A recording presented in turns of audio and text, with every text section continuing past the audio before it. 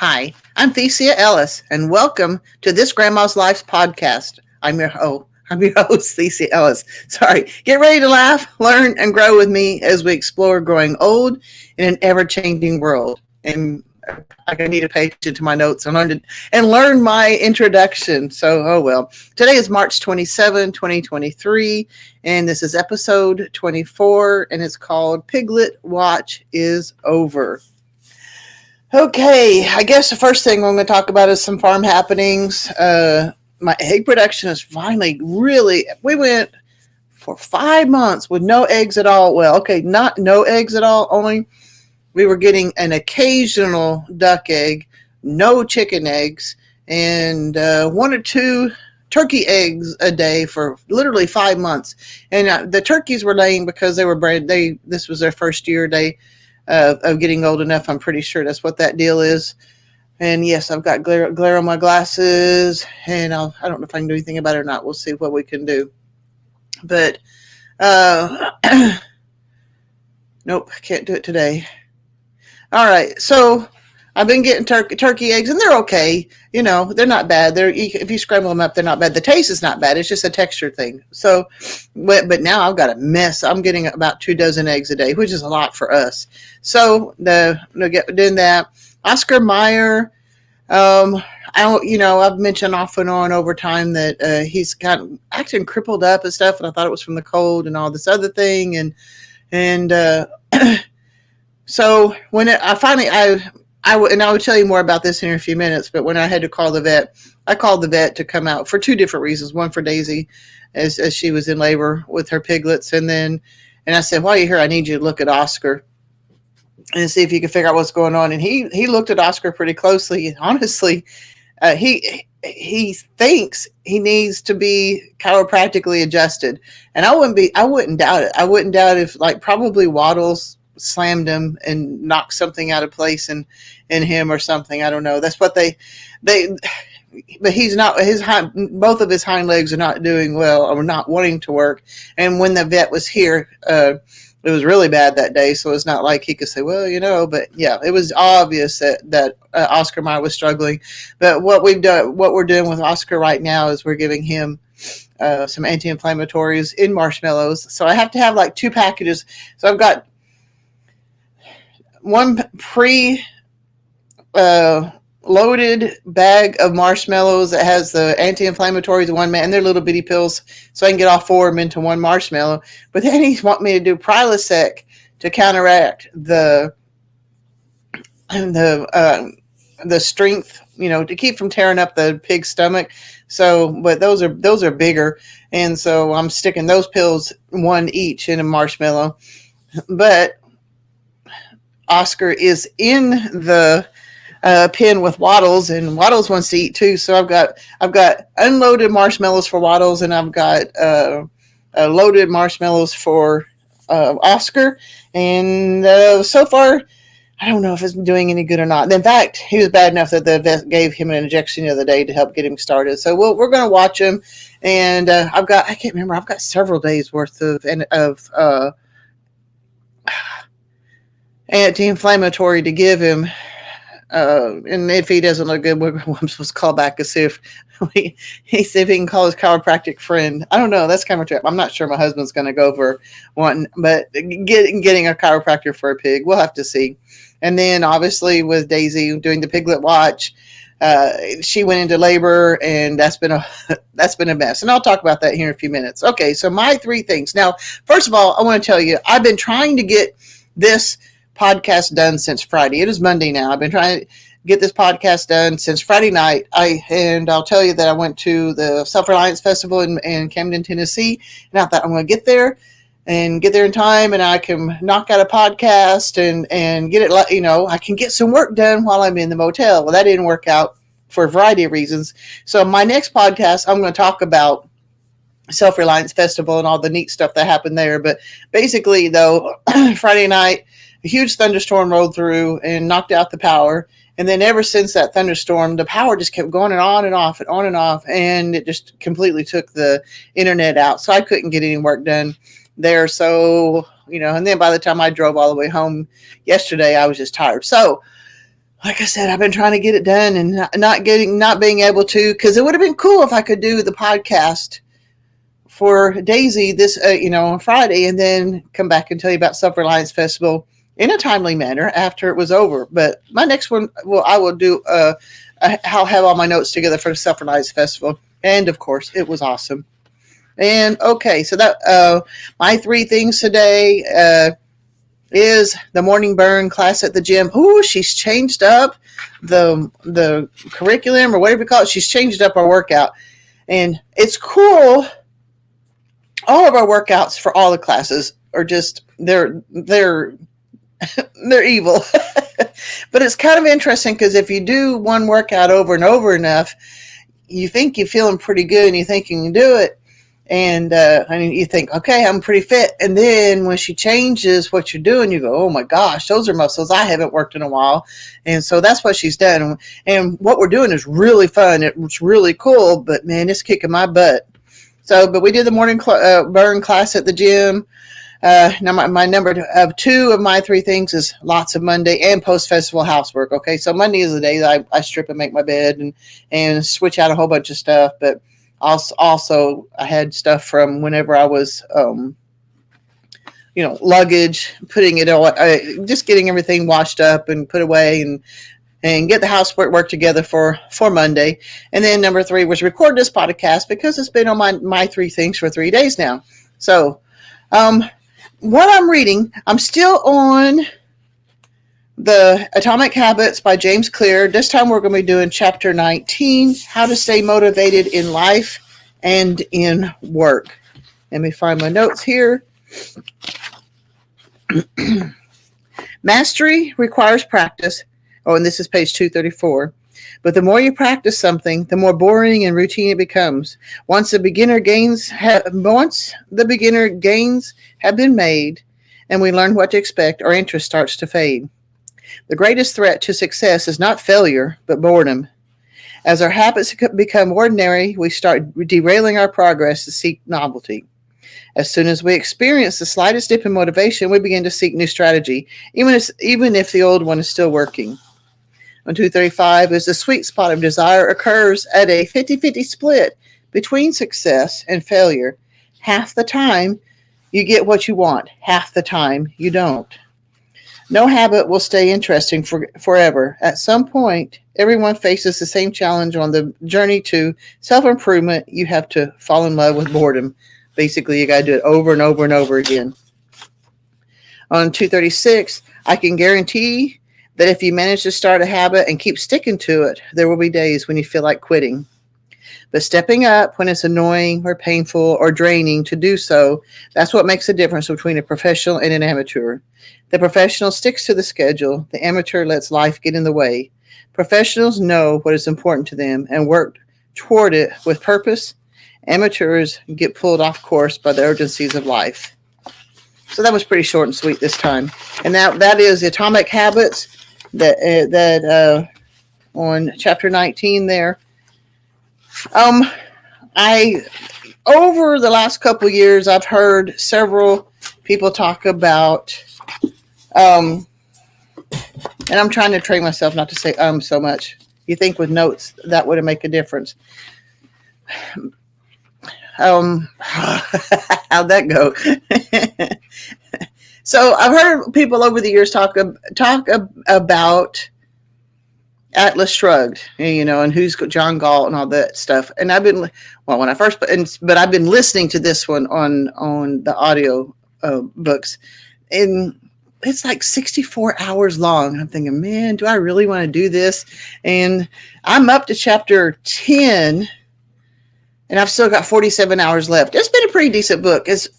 But I'm talking about it because there are some things about it that I'm trying to get lessons from. But first, I kind of want to tell you about, because her name is Ayn Rand, A-Y-N, and I even looked up to say how you spell Ayn Rand. And then I looked her up, and then it says, her real name was Alice O'Connor. I'm thinking, what? Okay, so her pen name was Ayn Rand, but her regular name was Alice O'Connor. But she was born in Russia as Elisa Zinoviev, Zinovievna. Zinovievna. I had it before I started this and forgot. Elisa Zinovievna Rosenbaum. And she was born in 1905 to 1982. So she was born in Russia with this Elisa name. And then when she came to America, she changed it to Alice O'Connor. But then when she started writing books, she started being called Ayn Rand. Okay, so she's got more names than I do. But it's been an interesting thing. I do see some correlation in the book about and that from when that book was written and when what she's done. I'm going to sneeze. Excuse me. Sorry about that. That snuck up on me. Seeing some correlation between what she had written out in the book and what's kind of happening into our society now about, people not caring and just kind of half-assing their work and the politics involved. Okay, if you think about it, when they ran that equalization law, and you go, no, really, they're calling it equalization law. Okay, so there's stuff on that. So I'm getting some correlation in it, and I'm learning things on it. I'm trying to absorb the lessons as I'm reading the narrative too, though. So obviously I've got 47 more hours to go, but it's been interesting so far, and I'm learning as I go. All right, my quote of the day is, "There is no danger of developing eye strain from looking at the bright side of things," by Joyce Meyer. And I needed this quote this week because I've needed to look on the bright. It was a rough week last week, but I'm going to say it again. There's no danger of developing eye strain from looking at the bright side of things. Joyce Meyer. All right, my main subject, and this is what we're talking about here. The saga of poor Daisy's delivery. And it really was, well, it was difficult for me. It was terrible, tremendously terrible for Daisy. Tuesday night, I was doing chores. And yeah, we're talking about last Tuesday. I was doing chores and went over to do the pigs, and I noticed that Daisy was in the hut. And I looked, and she was in labor. She had already delivered one piglet, and it was stillborn, and you can tell by looking at it that it had suffocated. And so I sat there for a while, probably over an hour with her, trying to figure out what I should need to do to help her. And I could tell she was trying to strain to push out another one, but she was not progressing. So I'm thinking, I don't have any idea what I'm doing. So I Googled how long is labor for a pig? And it says like 4 hours. And between the horns, like there's usually two in a horn. So one will be born, and then 15 minutes, another one will be born from that same horn. And then whenever there's the next two will be born in those increments, however that goes. So she'd already had the one, and she was really trying to push the other one. And I don't know how long she'd been pushing. Like I said, the first piglet was born dead. I don't know how long it'd been laying there because I didn't think to touch it at the time to see if it was warm. But I just know that I sat there for an hour before I figured out that I need to figure something else out. And I tried to call one of my friends, but she was still at work at the time. She did show up later, and I was grateful for that, really grateful. And I'll tell you about her in a few minutes too. But so I ended up calling basically a mentor. I tried not to bother her, but she's up near Kansas City. She's the one I bought my breeding trio from in the first place a year ago in January. Claire Lozano from Luna Acres Farm. And so I sent her a text saying, here, this is what's happening. What do you suggest I do? And is there anything I need to know? And she was kind enough to call me back and say, okay, this is what you need to do. You need to find some gloves, find some lubrication, and help deliver piglets. I'm going, oh my gosh, okay, that's what I'll do. And that was kind of interesting because I think, I don't know what I've got for lubricant. And I did use my dish gloves because that's, they don't go to my elbow, but they get pretty high. So I went up to the dollar store. That's our local grocery store, whatever, it's Dollar General. And I went up there and I'm looking around. I can't find what I want. I finally went up to the lady up front. I said, this sounds really strange, but can you help me find some lubricant so I can help deliver piglets? And she looks at me and laughed. Well, what we ended up doing is I bought a big tub of Vaseline, and it worked pretty good. Worked real good. I mean, it was very, very slippery. And I went back, and Daisy had not delivered the second piglet even then.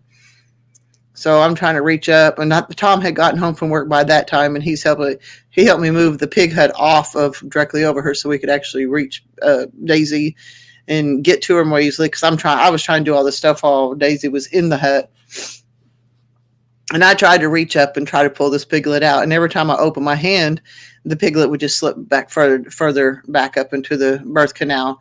And I stopped. And, I'm not a small person.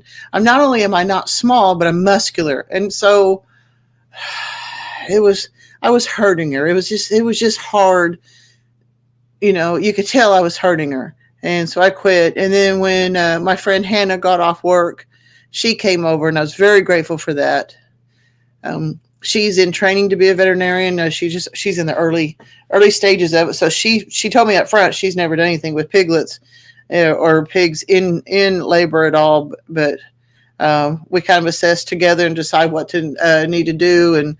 And she ended up calling her actual veterinary friend, which I didn't want to do it. I mean, I needed the help. Don't get me wrong, but it was like 6, 7 o'clock at night. I hate bothering people, after regular hours, but we needed help. And he told me not to do any more trying to reach him for the pig because she was swollen. Because like I said, I'm not small, and to reach up in there too often, she would swell up too much, and then she really wouldn't be able to push these babies out. And so we decided to leave Daisy to do her thing overnight because there's nothing I could do for her anyway. And the next morning I got up, and there was like 4 dead piglets laying there all around her. And before I went to bed that night, she did deliver the second piglet, but it was dead too, obviously. So I already had 2 dead piglets. Get up the next morning, and there's 4 more dead piglets. So I called that vet back. I said, look, I'm going to need you to come out and help me figure out what to do with Daisy. And because it'd already been, 18 hours or more. I don't know how long it'd been. I don't know how long Daisy had been in labor before she delivered the first stillborn. So I was heartbroken with that. The veterinarian and his technician showed up a couple hours later. And when we went out to the pen to check on Daisy, there's a live piglet running around. And I was thrilled. It was just, so had to have been, I don't know how old it was. It was enough where it was dried off and running around. So she may have pushed it not too long after I had checked Daisy that morning. And so I was thrilled to have a live piglet. But then when we looked, and there was already another dead piglet that had been delivered after that. I can't remember how many dead piglets there had been. It was at that point. The vet tech reached up and checked her and actually didn't feel anymore. So we had already decided that with the 2 last night and the 4 this morning, or that morning on Wednesday morning, I'm going to find my notes. that was 6 plus the one that was living. That makes 7 piglets. And since this was her first one, then maybe she was done and stuff. So they gave her an injection to push out what was still in her. If there were still piglets in there, to push them out. If there were, after birth, whatever, they gave her that injection to do that. So let me see. Oh, actually that morning, on Wednesday morning, there were 3 dead piglets laying there and a foot sticking out of Daisy, and I had to pull it, and obviously it was dead too. So yeah, that was not fun. And then the baby piglet was really cute, but Daisy's not doing good at this point. On Thursday, she wasn't eating, she wasn't drinking, she wasn't getting up. Daisy wasn't. She wasn't getting up at all. And so I called the vet back. I said, what's up? And the piglet's hungry. for some reason, there was no milk for the piglet. You think there's only one piglet. You think that Daisy would have had plenty of milk, but for some reason, the piglet was really hungry. So I ended up running to town to buy some formula for the baby piglet. And the vet told me, make sure to get Daisy up and make her move around. So in case there's something else going on there. Well, it took a lot of work. She did not want to get up. And it was really distressing because when the piglet was first born and Daisy was moving around, and I think I picked up the piglet one time and the piglet squealed and stuff, and then Daisy comes running over, acting like a good mom and trying to take care of the piglet. But when I was feeding the piglet and it was squealing and going, Daisy didn't move. So I was like, oh no, this is bad. So I'm sorry. So that was Thursday. All day Thursday, just a piglet, trying to feed the piglet, and Daisy's just laying there. Friday morning, I get up, and there's 2 more piglets stillbirth. And, but Daisy was looking better. So basically, she had 9 piglets altogether, and 8 of them were stillborn. But Daisy was up and moving around slowly, and not real happy about doing it. But she was moving around, and part of the stress was it too. Is I was trying to decide whether to go to the Self-Reliance Festival. I didn't want to leave if I was going to have to feed the baby or have Tom feed the baby twice a day, or if Daisy. I honestly, I thought on Thursday that Daisy was going to die. She was not moving. She was unresponsive. And I was able to get her up after a lot of work, but it was just really hard to get her up and around. So Friday morning, it was distressing to find 2 more dead piglets, but Daisy was looking better and acting like it was over. And I'm thinking, all right, cool. I think I can drive to Titan, Tennessee and go to the Self-Reliance Festival. And I packed up and went and was doing pretty good with that. Checked in with Tom that night to make sure that he had given Oscar his medication and check on how Daisy and the piglets were doing, and the piglet was doing, and making sure the piglet was did she need formula, or was mama feeding her, or how was it going? Because that was another thing I checked that morning too, was the piglet was not searching for milk, and it was sleeping in the straw. And jumped up when I went to go check on him. So I thought, okay, baby's happy, sleeping in the straw, full tummy, I'm assuming. And so I thought it was safe for me to go to Self-Reliance Festival. So then when I called Tom that night to check in on everybody, he tells me that the live piglet died. And I'm not going to lie, guys, that really hurt. And I don't know. We had some rain coming in, kind of cold, misty rain, but I made sure that the hut was over them and stuff. They had plenty of straw, but I'm wondering, and Tom was thinking too, maybe because there was only 1 piglet that she couldn't keep warm, so yeah.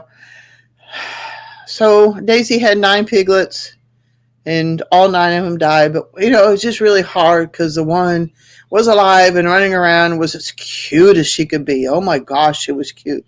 And we were on the verge of naming her and hadn't named her yet. I was actually going to name her something like Victory or something like that, because out of all these piglets that died, she's the one that lived, and then she ends up dying. So it was rough. But Hannah was really good. I checked in with her occasionally. I really appreciated Hannah coming and sitting with me and talking with me. And even though she felt like she wasn't qualified to help with anything with the piglet, she was trained enough to be there for me and be a comfort for me. And so, yeah, that was rough. And that might have been part of the reason I couldn't get this podcast out Friday night either, because, I don't know. Obviously, I'm still struggling with it. But that was the Daisy story. Daisy's doing better. Now that the labor's over and everything, she's still moving slowly. Today, when I was feeding her in the afternoon, she was laying in the hut, and I thought I would reach in there or, crawl in there with her, make sure she was doing all right. She got up, and she's it appeared to me that she's like searching through the straw looking for her piglet. And that was a little bit difficult this afternoon too. But that poor pig, she was in labor for like 4 days, and it's supposed to be 4 hours. So I just can't imagine what she's been through. I mean, you can imagine some things. Anybody who's had babies, how it can be physically very demanding and very difficult. But I can imagine what she's went through for 4 days worth of it. So that's my saga of Daisy's delivery. The veterinarian and his assistant were really nice and coming there. But I guess I have a question of the day today, because I really would like to hear from you. Do you have any piglet delivery story? Talk to me in the comments of the video, or send me an email at thesiaellis@gmail.com, THECIAELLIS@gmail.com, and let me know what your piglet story is. Do you have a sad one? Do you have a victorious one? Have you had piglets that have lived and run around and been just as cute as they can be? I'd love to hear your piglet story. So that's my question of the day. And maybe you guys have a story that you can tell me that would brighten my day a little bit. So my story of the day, and I really was struggling with coming up with a story of the day, because, which is really stupid, because when I decided to do this podcast, it was going to be based on grandma's stories, but sometimes I draw I've got a lot of stories. I just can't always think of them. But then, I'd come in from doing chores and I'm still trying to work. I haven't worked on the bathroom in a couple of weeks, my master bathroom. So I had just propped the front door open. So I don't even know how this happened, but I propped the front door open, went into the bathroom, in Kenzie's bathroom. I'm hearing thump, thump, thump, thump, thump, thump in the tub. And I look, and the cat had caught a small rabbit and took it into her bathtub, and apparently killed it in there too. But it was dead, but it was playing with this dead rabbit in the tub. And I hadn't even done chores yet, because I think I was getting ready to. And about the time I was walking back through the living room again, I hear Kenzie and Cadence coming in from school, and I'm thinking, oh crap. Because over the weekend, I guess Kenzie went to go spend the weekend with Cadence at Cadence's mother's house. I'm in Tennessee, and Tom is home here all weekend by himself so he could take care of the animals and stuff. But when I came back on Sunday, I'm going, is this blood in her tub? And Tom's going, yeah, I think the cat killed a mouse in the tub. Well, he never cleaned anything up. So when Kenzie comes home last night, she was not happy. We don't ever say anything to Tom because it wouldn't do anything. It wouldn't do any good too, but she tells me. So I knew, I wasn't sure how, I knew Kenzie wasn't going to be happy about it, but I stopped him at the door. I said, girls, you're going to hear some thumping in the bathroom. I said, and I'm really sorry, but the cat has caught a rabbit and it's in your tub. And Kenzie's going, oh, Grandma, I just cleaned up the tub from last night. When she goes, and Grandpa didn't even clean it up all weekend, so I'm cleaning up dry blood in my tub. I'm going, I know, I'm sorry. So, yep, I got rid of the rabbit. It was dead, but I got rid of the rabbit, and so Kenzie could have her bathroom back. But that's my story of the day. It's not much of one, but here's a little bit of a story. My income producing activity today. I haven't talked to you about this in a while, but the fold card. This is that prepaid debit card. And I was talking to, and the reason I'm bringing this back up again, I was talking to somebody at the Self-Reliance Festival, and we were talking about cryptocurrency, Bitcoin, stuff like that. And he's going, oh, I don't know. I don't think I want to invest in that. And I said, okay, well, yeah, I understand where you're coming from. But if you get the fold card, you are not technically buying any cryptocurrency. You are, Bitcoin. I said, it's a prepaid debit card. You buy what you want to buy with it, go to the store, buy things, and use this debit card, and you will earn, it's kind of like a cash back thing, except that it's done with cryptocurrency or done with Bitcoin. And So I could tell that he was considering it at that point because he was not actually investing any actual cash into it. He was investing cash into a prepaid debit card. So that's what I'm telling you today. There are things that you can go on Amazon and you can use your Fold card to buy a gift card, and I don't know if it doubles how much of the of Bitcoin you can get back, but there are ways that you can stack your satoshis. So it's in the link below. I'm not describing it well. I guess I'm just struggling still with the pig thing, so I'm apparently not getting my act together on this. But go into the link below and check into the Fold card. Like I said, it's just a prepaid debit card. You fund it, you buy your stuff with it, and you earn cryptocurrency with it. You earn Bitcoin. I'm sorry, guys. All right, that's all I've got today. We've got Grandma's Homestead.farm up and going. Right now, it's just mainly my blog stuff. I do have some recipes, and I'm going to do some rearranging and do some stuff with it. But yeah, check out Grandma's Homestead.farm and maybe keep up with me there. I'm going to try to get it working where I'm going to get email addresses and stuff. I know we got set up where we can do email addresses. I just don't know how to do it. And maybe I can directly send you my blog post every week through the email. But check out my main channel is Grandma's Homestead YouTube channel. I have a Farm Animal Life YouTube channel. I'm on Instagram, TikTok, Facebook, MeWe, Twitter, etc., on some version of Thesia Ellis, some version of Thesia Ellis. All right, so I've tortured us enough tonight with my scattered stuff. I'll do better. I promise. I'll get there eventually. It's been a lot.